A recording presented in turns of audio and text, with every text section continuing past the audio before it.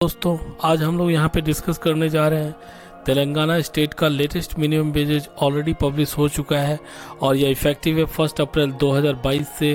तो चलिए हम लोग देख लेते हैं प्राइवेट कर्मचारियों के सैलरी में किस प्रकार से और कितने रुपए की बढ़ोतरी हुई है 1 अप्रैल 2022 से।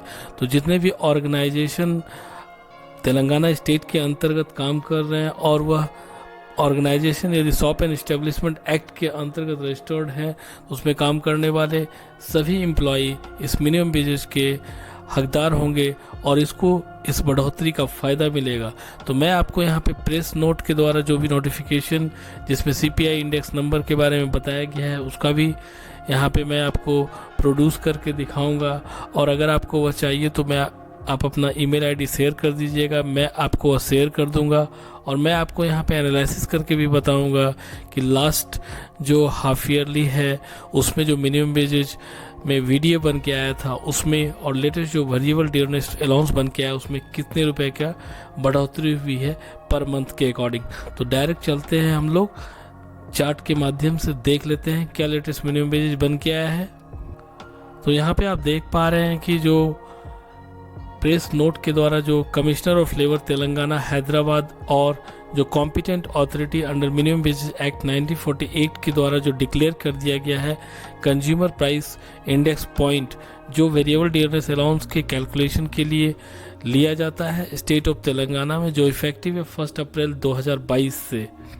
तो यहाँ पे आप देख पा रहे हैं प्रेस नोट के द्वारा इस प्रकार से ऑलरेडी इंडस्ट्रियल वर्कर्स के लिए और एग्रीकल्चर वर्कर्स के लिए इस प्रकार से बताया गया है। तो इंडस्ट्रियल वर्कर के अंतर्गत जो भी वेरिएबल डियरनेस अलाउंस जो बन के आया है वह एप्लीकेबल होगा 1 अप्रैल 2022 से लेकर के 30 सितंबर 2022 तक। तो चलिए हम लोग डायरेक्ट चलते हैं चार्ट के माध्यम से जो वेरिएबल डियरनेस अलाउंस बढ़ के आया है उसके अकॉर्डिंग क्या मिनिमम वेजेज पर मंथ का और पर डे का बन के आया है उसको हम लोग यहाँ पे देख लेते हैं। यहाँ पे आप देख पा रहे हैं कि क्लास ऑफ एम्प्लॉयमेंट है और यहाँ पे क्लास ऑफ एम्प्लॉयमेंट के अंतर्गत इस प्रकार से आपके डेजिग्नेशन या प्रोफाइल होगा, आप यहाँ पे देख लीजिएगा। और यह जोन है, जोन 1, 2 है और जोन को किस प्रकार से बाइफरकेट किया गया है इसको मैं ऑलरेडी बता चुका हूँ पिछले मिनिमम वेजेस के वीडियो में। आपको मैं लिंक शेयर कर दूंगा, देख लीजिएगा। कैटेगरी इस प्रकार से, अगर आप शॉप्स में काम कर रहे हैं और इस प्रकार के आपके डेजिग्नेशन है तो आपका जो लेटेस्ट वेरिएबल डियरनेस अलाउंस बन के आया है 7052.8, मतलब हम इसको बोल सकते हैं 7053 रुपीज़। और बेसिक जो पर मंथ का जो बेसिक बन के आया है वह इस प्रकार से है as per class of employment और जोन के अकॉर्डिंग। अगर आप इन दोनों को ऐड कर देते हैं तो आपका जो है टोटल पर मंथ का मिनिमम वेजेज इस प्रकार से बन के आ जाएगा। अगर आप इसको 26 से डिवाइड करते हैं तो यह आपका पर डे का मिनिमम वेजेज इस प्रकार से बन के आ जाएगा। तो यहाँ पे आप देख पा रहे हैं कि कुछ और यहाँ पे क्लास ऑफ एम्प्लॉयमेंट को लिया गया है जोन के अकॉर्डिंग। इसके अंतर्गत अगर आप शॉप्स में इस प्रकार के डेजिग्नेशन में काम कर रहे हैं तो आपका जो मिनिमम वेज पर मंथ का इस प्रकार से बन के आएगा। अगर आप कॉमर्शियल इस्टेब्लिशमेंट में काम कर रहे हैं और आपका डेजिग्नेशन इस प्रकार से है मैनेजर, कंप्यूटर प्रोग्रामर इस प्रकार के हैं और जोन 1 और जोन 2 में आपका इस प्रकार से पर मंथ का मिनिमम वेजेज बन के आ जाएगा। यहाँ पे आप देख पा रहे हैं कॉमर्शियल इस्टेब्लिशमेंट के अंतर्गत जोन के अकॉर्डिंग कुछ और क्लास ऑफ एम्प्लॉयमेंट को यहाँ पे रखा गया है। इसके अकॉर्डिंग आप यहाँ पे देख सकते हैं पर मंथ का मिनिमम वेजेज इस प्रकार से बन के आया है, पर डे का इस प्रकार से मिनिमम वेजेज बन के आया है। और आप यहाँ पे देख सकते हैं जो वेरिएबल डियरनेस अलाउंस है वो सभी का सेम ही है। तो यह जो मिनिमम वेजेज है इसको ही एज ए सीटीसी ब्रेकअप बनाने के लिए लिया जाएगा और इसके आधार पे ही जो भी एम्प्लॉय है इस पार्टिकुलर क्लास ऑफ एम्प्लॉयमेंट के अंतर्गत काम कर रहे हैं उनके टेक होम में बढ़ोतरी होगी और इसके अकॉर्डिंग ही जितने भी आपके स्टैट्यूटरी पेमेंट रिटर्न्स फाइल करना है उसको फाइल किया जाएगा। यहाँ पे आप देख पा रहे हैं कुछ और डिफरेंट कैटेगरी को लिया गया है। जैसे अगर आप hair cutting, hair dressing, salon, beauty parlours में काम कर रहे हैं और आप इस डेजिग्नेशन में काम कर रहे हैं, क्लास ऑफ एम्प्लॉयमेंट के अंतर्गत काम कर रहे हैं और इस जोन में काम कर रहे हैं तो आपका जो मिनिमम वेजेज है इस प्रकार से बन के आएगा। अगर आप टेलरिंग इस्टेब्लिशमेंट में काम कर रहे हो और आपका डेजिग्नेशन इस प्रकार से है तो जोन के अकॉर्डिंग आपका जो पर मंथ का मिनिमम वेजेज है इस प्रकार से बन के आएगा। अगर आप यहाँ पे लॉन्ड्री ड्राई क्लीनर्स में काम कर रहे हैं और आप इस क्लास ऑफ एम्प्लॉयमेंट या डेजिग्नेशन में काम कर रहे हैं तो जोन के अकॉर्डिंग आपका मिनिमम वेजेज इस प्रकार से बन के आएगा। आप देख करके यहाँ पे समझ पाएंगे और उसके अकॉर्डिंग ही आपको मिनिमम वेजेज को फॉलो करना है।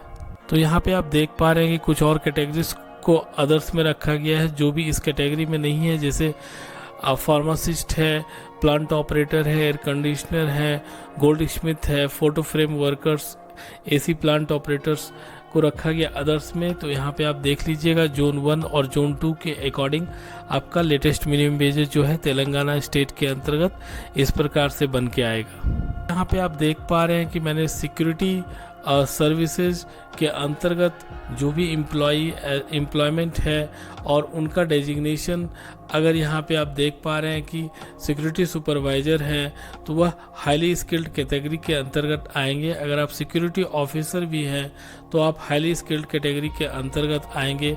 फील्ड ऑफिसर भी हैं तो आप हाईली स्किल्ड कैटेगरी के अंतर्गत आएंगे। और यहाँ पे जोन 1, जोन 2 और जोन 3 में इसको बाइफरकेट किया गया है। इसका भी लिंक मैं आपको दे दूँगा, आप वहाँ से देख करके समझ सकते हैं।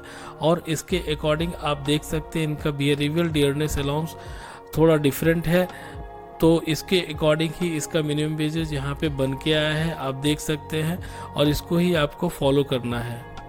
तो यहाँ पे आप देख पा रहे हैं कि सिक्योरिटी सर्विसेज या सिक्योरिटी सर्विस के अंतर्गत जो भी एम्प्लॉयमेंट है उसके अंतर्गत स्किल्ड कैटेगरी के अंतर्गत सिक्योरिटी इंस्पेक्टर को रखा गया है, असिस्टेंट सिक्योरिटी इंस्पेक्टर को रखा गया है, intelligence and fire fighting personnel को रखा गया है, हेड गार्ड को रखा गया है।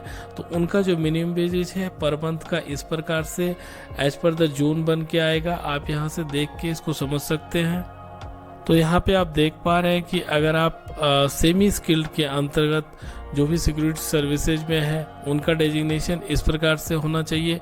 असिस्टेंट सिक्योरिटी इंस्पेक्टर के रूप में अगर आप काम कर रहे हैं या फिर सिक्योरिटी गार्ड विथ आर्म्स के रूप में आप काम कर रहे हैं तो आप सेमी स्किल्ड के अंतर्गत आप कैटेगरी में आएंगे। और अगर आपका जोन 1, जोन 2 और जोन 3 के अकॉर्डिंग आपका मिनिमम वेजेज इस प्रकार से बन के आएगा। आप यहाँ से देख करके इसको समझ सकते हैं। और अगर आप अनस्किल्ड के अंतर्गत हैं तो आपका डेजिग्नेशन सिक्योरिटी गार्ड होगा विदाउट आर्म्स। तो सिक्योरिटी गार्ड विदाउट आर्म्स अगर आप काम कर रहे हैं तो आप एज ए अनस्किल्ड कैटेगरी के अंतर्गत आएंगे और आपका मिनिमम वेजेज इस प्रकार से जोन के अकॉर्डिंग बन के आएगा। चलिए मैं अब आपको थोड़ा एनालिसिस करके बता देता हूं कि लास्ट हाफ ईयरली में और इस हाफ ईयरली में किस प्रकार से वेरिएबल डियरनेस अलाउंस में इंक्रीमेंट हुआ है। तो आप यहां पे देख पा रहे हैं कि सीरियल नंबर 1 से 60 तक जो भी कैटेगरी है या क्लास ऑफ एम्प्लॉयमेंट है उसमें पर मंथ में वेरिएबल डियरनेस अलाउंस में 205 रुपये की बढ़ोतरी हुई है, 205 रुपीज़ की बढ़ोतरी हुई है। और सीरियल नंबर 61 से 90 तक यानी सिक्योरिटी सर्विसेज के अंतर्गत ₹216 रुपीज़ की टोटल बढ़ोतरी हुई है। तो होप सो आपको यह मिनिमम वेजेज समझ में आ गया हो। इससे रिलेटेड कोई भी क्वेरी हो तो बिल्कुल आप कमेंट बॉक्स में ड्रॉप कर सकते हैं। धन्यवाद।